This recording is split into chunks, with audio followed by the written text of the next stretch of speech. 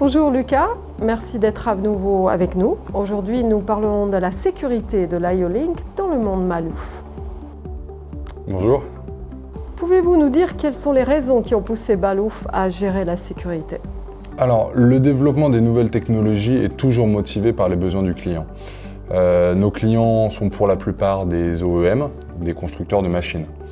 C'est pourquoi ils attendent des mêmes fournisseurs d'automatisme des solutions de sécurité qui fonctionnent sur les mêmes infrastructures et en étant déportées autant que possible.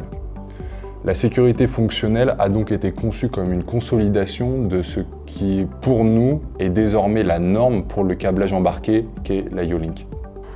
En particulier, comment est l'architecture de cette solution, Safety over IO-Link? Nous devons d'abord préciser que cette solution ne s'applique qu'en combinaison avec ProfiSafe. Donc à la tête de tout, il doit y avoir une API de sécurité qui peut gérer ce profil de réseau. Cela dit, l'architecture IO-Link ne change pas par rapport à une architecture traditionnelle. Le Safety Hub est connecté comme un appareil IO-Link normal à un port du maître Profinet. Des dispositifs de sécurité standards tels que des boutons d'arrêt d'urgence, des serrures et des barrières de porte seront connectés au concentrateur de sécurité. Mais comment une solution qui utilise un protocole qui n'est pas sécurisé peut-elle être sûre?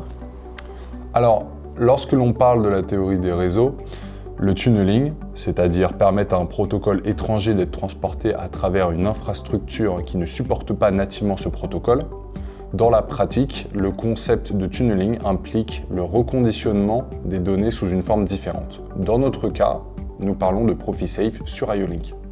Vous pouvez nous expliquer la structure du Safety Hub? Alors, comme vous pouvez le voir, il s'agit d'un module de 8 ports. Il y a un connecteur pour le signal IO-Link, un pour l'alimentation et 8 ports avec des fonctions différentes. Les 4 premiers sont des entrées à 2 canaux. Le 5e et le 6e port sont uniquement des ports de sortie sécurisés. Les 2 derniers sont des M12 8 broches mixtes. Ils sont équipés d'un ou 2 canaux d'entrée ou une entrée et une sortie à la fois standard et numérique.